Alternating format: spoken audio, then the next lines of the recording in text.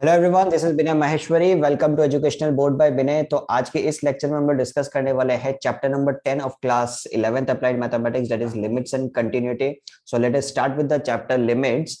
तो यहाँ पे सबसे पहले हम लोग देखेंगे एक फंक्शन एफ ऑफ एक्स अपने पास दिया हुआ, समझ लीजिए x+3। ठीक है, एफ ऑफ एक्स किसके बराबर है? x+3 के बराबर है। So what we have to do, we have to find the limiting value of this function. What we have to do, we have to find the limiting value of this function at x equal to 3। ठीक है, तो किस तरीके से हम लोग limit को denote करते, देखिए लिमिट x टेंड्स टू 3। ठीक है, ये जो एरो मैंने दिया है इसको हम लोग बोलते हैं टेंड्स टू या अप्रोचेस टू। ठीक है, लिमिट x टेंड्स टू 3 कौन से फंक्शन पे? Eight x+3। ठीक है, तो x+3 की लिमिटिंग वैल्यू अपने को बतानी है किस पॉइंट पे? At the point 3।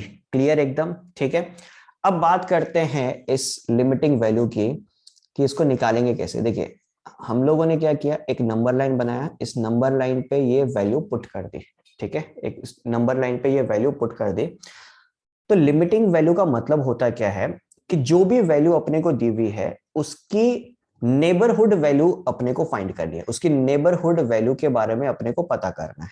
क्या पता करना है? उसकी नेबरहुड वैल्यू के बारे में पता करना है। मतलब उसके लेफ्ट हैंड साइड पे वैल्यू क्या आ सकती है, उसके राइट हैंड साइड पे वैल्यू क्या आ सकती है। ठीक है, तो लेफ्ट हैंड साइड पे जो वैल्यू आएगी उसको हम लोग बोलते हैं लेफ्ट हैंड लिमिट। ठीक है, राइट हैंड साइड पे जो वैल्यू होगी इसको हम लोग बोलते हैं राइट हैंड लिमिट। क्लियर एकदम? Just neighbourhood. ठीक है, ऐसा नहीं कि बहुत दूरी की बात करें, जस्ट नेबरहुड। ठीक है, तो मान लेता हूं कि x की वैल्यू, कुछ लेफ्ट हैंड लिमिट की बात करता हूं, मान लेता हूं कि x की जो वैल्यू है वो कुछ इस तरीके से है 2.9, 2.99, 2.999। जस्ट नेबरहुड वैल्यूज है, 3 की जस्ट नेबरहुड वैल्यूज है। और एफ एक्स मेरा क्या आ जाएगा यहाँ पे? 2.9 प्लस 3 कितना हो जाएगा? 5.9, फिर 5.99, 5.999।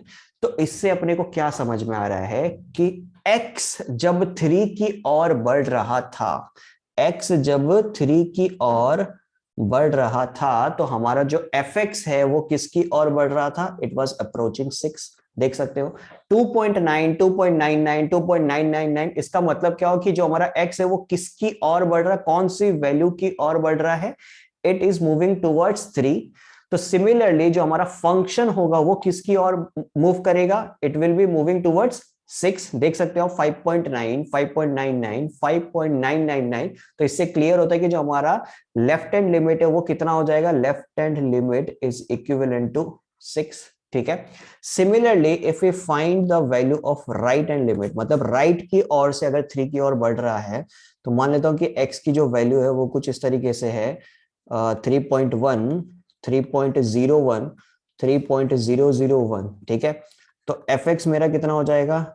It will B 6.1, 6.01, 6.001। ठीक है, तो यहां से भी अपने को यह समझ में आ रहा है कि जब हमारा x 3 की ओर बढ़ रहा था from right hand side, x 3 की ओर बढ़ रहा था फ्रॉम राइट हैंड साइड, तो हमारा फंक्शन किसकी ओर बढ़ रहा था? It was approaching 6। It was approaching 6। तो ये क्लियर हो गया कि हमारा राइट हैंड लिमिट भी कितना हो जाएगा? It will B also 6। ठीक है, लेफ्ट हैंड लिमिट भी कितना हो गया? 6। राइट हैंड लिमिट भी कितना हो गया? 6। ठीक है, जब हमारा लेफ्ट हैंड लिमिट और राइट हैंड लिमिट दोनों ही बराबर होंगे तब हम लोग कह सकते हैं कि एक फंक्शन का लिमिट उस वैल्यू पे एग्जिट करता है। क्लियर एकदम? ठीक है, फिर से बता रहा हूं कि अगर हमारा लेफ्ट हैंड लिमिट और राइट हैंड लिमिट दोनों इक्वल होंगे तो हम लोग कह सकते हैं कि उस फंक्शन का उस वैल्यू पे, मतलब समझ लीजिए यहाँ पे x इक्वल टू 3 है, तो यहाँ पे फंक्शन का जो ये वैल्यू है 3, इस पे लिमिट एग्जिस्ट करता है। क्लियर एकदम? अब बात करते हैं सर लिमिटिंग वैल्यू क्या होगा। देखिए जो हमारा लेफ्ट हैंड लिमिट का वैल्यू होगा, राइट हैंड लिमिट का वैल्यू होगा, वही हमारा लिमिटिंग वैल्यू होगा। ठीक है, जस्ट हम लोग को क्या करना है, यहाँ पे x की जगह 3 पुट करना है, तो 3 + 3 it will be 6। So this is the whole concept of limit, कि बेसिकली हम लोग लिमिट में करते क्या है, जो भी वैल्यू अपने को दी हुई होगी एक फंक्शन की, ठीक है, जैसे यहाँ पे x tends to 3, this is not equal to 3, this is not equal to this is tends to 3, मतलब x का जो वैल्यू है वो 3 को अप्रोच कर रहा है। वो किसको अप्रोच कर रहा है? 3 को अप्रोच कर रहा है। ठीक है, तो इसका मतलब क्या हुआ, पूरा कॉन्सेप्ट का आने का रीजन क्या हुआ, ये समझते हैं कि जो हमारा ये फंक्शन दिया हुआ है f of x equal to x plus three, इसका जो डोमेन होगा ये तो सारे रियल नंबर्स होंगे। डोमेन जो होगा वो क्या होगा, सारे के सारे रियल नंबर्स होंगे। ठीक है, हम लोग क्या करें, एक पर्टिकुलर पॉइंट निकाल लिया, एक पर्टिकुलर पॉइंट निकाल लिया, मान लेते हैं कि एक पर्टिकुलर पॉइंट हमारा थ्री है। तो ये जो थ्री है, इस थ्री पे हमारा मैक्सिमम वैल्यू कितना हो सकता है एक फंक्शन का। इस थ्री पॉइंट पे अगर x की वैल्यू थ्री होती है तो मैक्सिमम वैल्यू उसके नेबरहुड की मैक्सिमम वैल्यू कितनी हो सकती है, that is only limiting value. तो यहां पे हम लोगों ने देखा कि थ्री के राइट पे भी आप देख लो या थ्री के लेफ्ट पे भी देख लो, इसकी जो मैक्सिमम वैल्यू हो सकती है वो कितनी हो सकती है, इट विल बी सिक्स। और इसी को हम लोग क्या कहते हैं, लिमिटिंग वैल्यूज कहते हैं। आई hope it is clear. So let us understand there are some standard results of limits. ठीक है, तो limit x tends to c alpha, ठीक है, where alpha is any constant number. तो अगर किसी भी कांस्टेंट नंबर का अपने को लिमिट निकालना है तो उसका आंसर डायरेक्टली क्या होगा, वो कांस्टेंट नंबर ही होगा। ठीक है, उस कांस्टेंट नंबर का हम लोग कोई लिमिट नहीं निकाल सकते, वही उसका आंसर होगा। ठीक है, next is limit x tends to c where x is x to the power n। ठीक है, तो x किसको टेंड कर रहा है, c को टेंड कर रहा है, तो x की जगह जस्ट क्या पुट कर देना, अपने को c पुट कर देना है, दैट्स ऑल। ठीक है, similarly limit x tends to c f of x, अगर हमारे पास एक f ऑफ x का फंक्शन है और x जो है वो किसको टेंड कर रहा है, c को टेंड कर रहा है, तो फंक्शन किस पे चेंज हो जाएगा, it will change to c। तो हम लोग लिख सकते हैं f ऑफ c। ठीक है, similarly limit x tends to c mod of x, तो यहां पे भी क्या हो जाएगा, x की जगह हमारा c आ जाएगा। ठीक है, जो भी हमारे पास x का टेंडिंग वैल्यू होगा आप डायरेक्टली उस वैल्यू को पुट कर सकते हो। ठीक है, next is limit x tends to a, this is very very important, इसका सबसे ज्यादा यूज होने वाला है। Limit x tends to a x to the power n minus a to the power n divided by x minus a, तो हमारे पास formula बनता है n a to the power n minus one.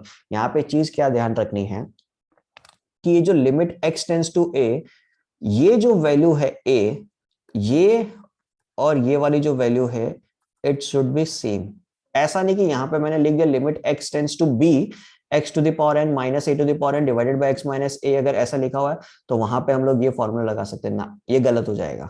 ठीक है, तो यहाँ पे अपने को ये ध्यान रखना है कि ये जिसको टेंड कर रहा है अपने पास लिमिटिंग में भी यही वैल्यू होनी चाहिए। ठीक है, एक एग्जाम्पल देखते हैं, देखिए limit x tends to two, ठीक है, x टू द पावर समझ लीजिए 5 minus 2 to the power 5 divided by x minus 2। तो यहाँ पे आप देख सकते हो लिमिट x टेंड्स टू 2, ये जो 2 है ये और ये दोनों सेम है, तो यहाँ पे डायरेक्टली हम लोग ये वाला फॉर्मूला यूज कर सकते हैं।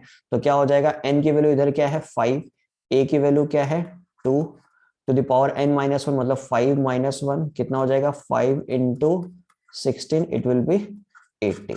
सो this will be our final answer. Clear, so ये कुछ स्टैंडर्ड रिजल्ट्स है लिमिट्स के। अब हम लोग देखते हैं नेक्स्ट अलजेब्रा ऑफ लिमिट्स। ठीक है,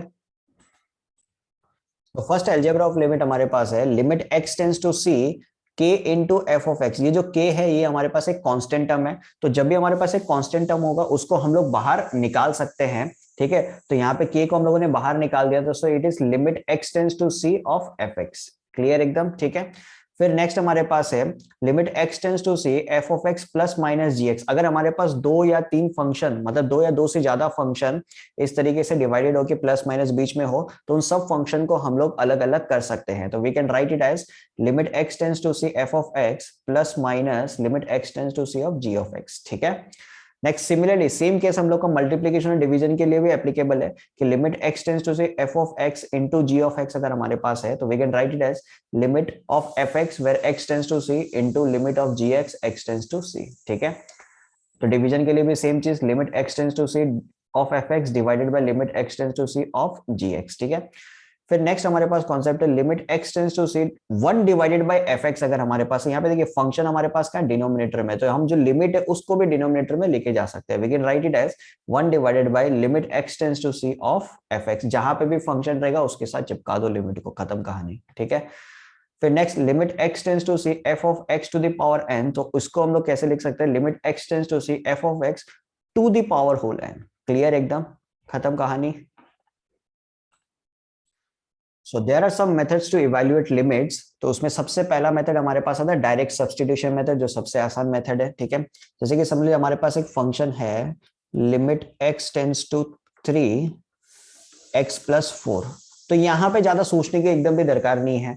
x की जगह डायरेक्टली आप 3 पुट करो, 3+4 कितना हो जाएगा, इट विल बी 7।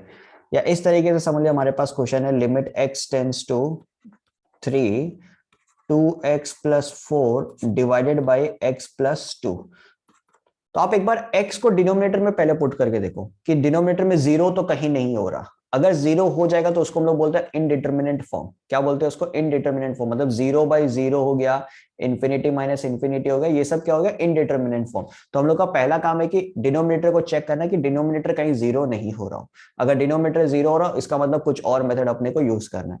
यहाँ पे देखते हैं कि x की जगह 3 पुट करके देखते हैं, 3+2 इट इज 5, जीरो नहीं हो रहा है। तो हमारे पास आंसर क्या आ जाएगा, 2 × 3+4 डिवाइडेड बाई 3+2। तो 6+4 कितना हो गया, it will be 10 divided by 5। So answer आ जाएगा हमारे पास 2। क्लियर, खत्म। तो ये हमारा मेथड था डायरेक्ट सब्स्टिट्यूशन मेथड, जिसमें कोई भी प्रॉब्लम नहीं है। जो हमारे पास वैल्यू है डायरेक्टली आप जो भी लिमिटिंग फंक्शन रहेगा उस पर पुट करो और आंसर आपको मिल जाएगा, ठीक है।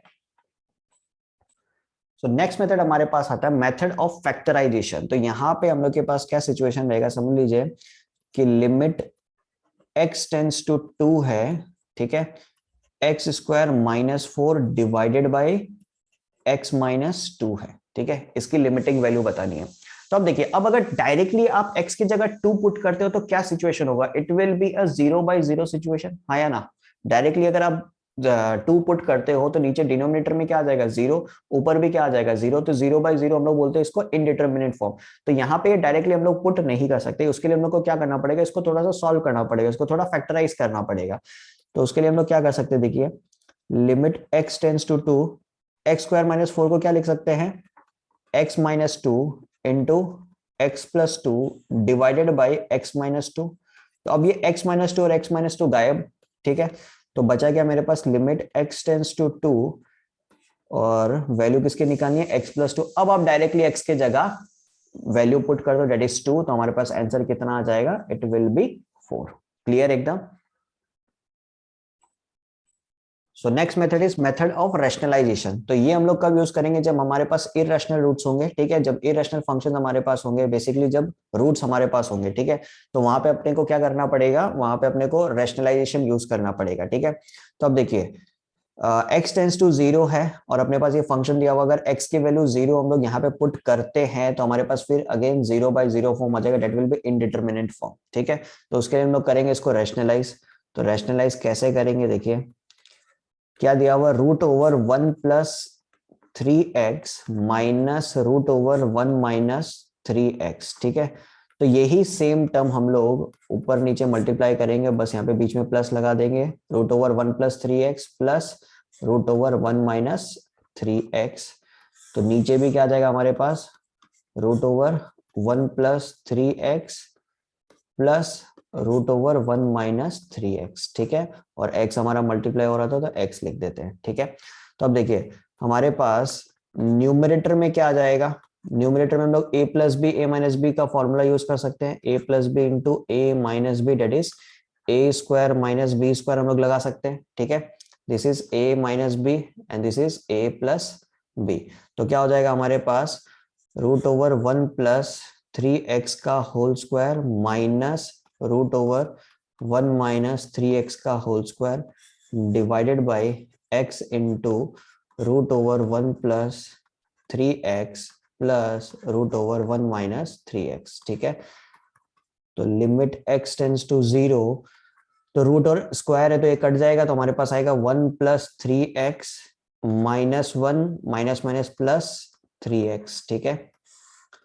और इसके बाद में नीचे आ जाएगा x into √1+3x plus √1 - 3x, ठीक है। तो यहाँ पे +1 -1 गया, 3x प्लस 3x कितना हो जाएगा, इट विल बी 6x। तो 6x divided by x into √1+3x plus √1 - 3x, ठीक है। तो यहाँ पे देखिए x और x भी हमारा कट चुका है।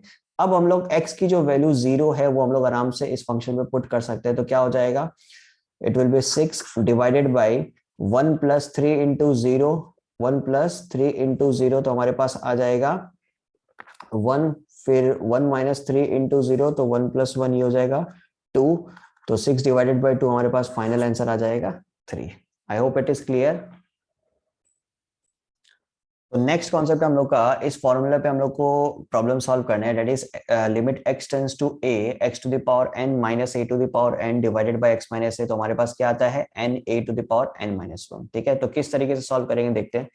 तो एक sorry just a second, okay, तो हमारे पास एक प्रॉब्लम है, limit x tends to 2 x to the power 4 minus 16 divided by x minus 2। ठीक है, तो अब सबसे पहले इसको इस फॉर्म में अपने को कन्वर्ट करना है। ठीक है, क्या करेंगे फिर, लिमिट x टेंड्स टू 2, ठीक है, x to the power 4 minus 16 को क्या लिख सकते हैं हम लोग, 2 टू द पावर 4 लिख सकते हैं आराम से। ठीक है, डिवाइडेड बाय x माइनस 2, सही है। तो अब हम लोग का ये फॉर्म में ये कन्वर्ट हो चुका है लिमिट हमारा, तो अब हम लोग फॉर्मूला यूज कर सकते हैं n a to the power n minus 1। तो यहाँ पे n की वैल्यू कितनी है, इट इज 4, a की वैल्यू कितनी है 2 टू द पावर 4 माइनस 1, तो 4 into 2 to the power 4 minus 1 is 3, तो 2 टू द पावर 3 हो जाएगा हमारे पास 8, तो फाइनल आंसर हमारे पास आ जाएगा 8 4 जा 32। I hope it is clear. So we are done with all the concepts of limit. अब जस्ट हम लोग को प्रॉब्लम्स करने हैं। तो आई होप आप लोग को ये वीडियो पसंद आया होगा और एक एक कॉन्सेप्ट आपको समझ में आया होगा। अगर आपको ये वीडियो अच्छा लगा तो अपने फ्रेंड्स के साथ जरूर शेयर करें और चैनल को सब्सक्राइब करें। Thank you so much.